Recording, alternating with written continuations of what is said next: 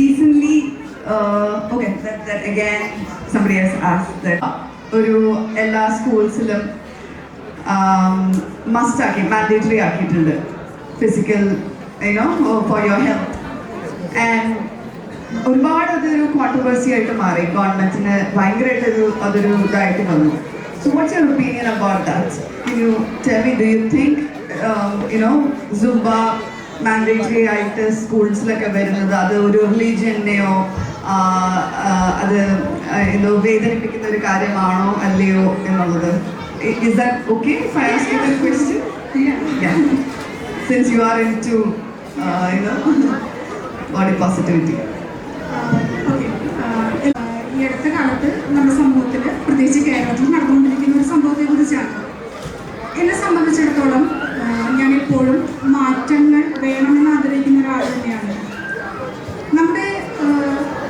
നമ്മുടെ സമൂഹത്തിൽ ഏറ്റവും വലിയ പ്രശ്നങ്ങളായിട്ട് ഞാൻ കാണുന്നത് ജാതിയുടെയും സമ്പത്തിൻ്റെയും അതിർവരമ്പുകളാണ്. എപ്പോഴും പല പ്രശ്നങ്ങളും പല യുദ്ധങ്ങൾക്ക് പോലും കാരണമാകുന്നത്. അതിനെല്ലാം ചെറിയൊരു മാറ്റം എപ്പോഴും ഉണ്ടാകണമെങ്കിൽ അത് നമ്മളെപ്പോഴും കുട്ടികളിൽ നിന്നും തുടങ്ങണമെന്നാണ് ഞാൻ വിശ്വസിക്കുന്നത്. കാരണം അവർക്ക് നമ്മളൊരു ചെറിയ മാറ്റത്തിൻ്റെ കണിക കൊടുക്കുകയാണെങ്കിൽ അത് ചെറിയ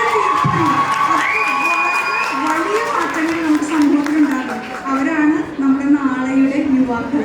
അപ്പോൾ നമ്മുടെ നാടിൻ്റെ സമ്പദ് വ്യവസ്ഥയ്ക്കും വളർച്ചയ്ക്കും എല്ലാം ഏറ്റവും അധികം കാരണഭൂതരാകുന്ന നമ്മുടെ കുട്ടികളിലൂടെ തന്നെ. ഇപ്പം സൂമ്പ എന്ന് മാത്രമല്ല, ഇപ്പം ഈ ചോദ്യം ഇതിനോട് സംബന്ധിച്ചായതുകൊണ്ട് ഇതിനോട് ഉൾക്കൊള്ളിച്ച് പറയുകയാണ്. ഏതൊരു മാറ്റമാണെങ്കിലും നമ്മളതിനെ വെൽക്കം ചെയ്യണം. അതിൻ്റെ വരും വരായികൾ നമുക്ക് കണ്ടേ അറിയാൻ പറ്റും, അല്ലേ? അതാണ് എനിക്ക് പറയാനുള്ളത്. And that was a twinkling too. Now let's move on to our number 3.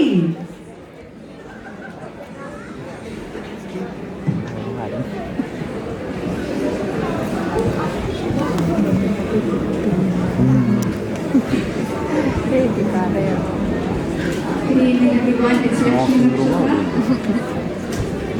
Good evening. You have a very wonderful smile. And first of all, congratulations to all the participants. You guys are looking very lovely, okay? A big round of applause to the entire participants, please. So, are you ready? We are coming to the climax, right? So, I would like to ask, what is the best missed opportunity in your life? നമ്മുടെ ജീവിതത്തിൽ നമ്മൾ നഷ്ടപ്പെടുത്തിയിട്ടുള്ള one of the best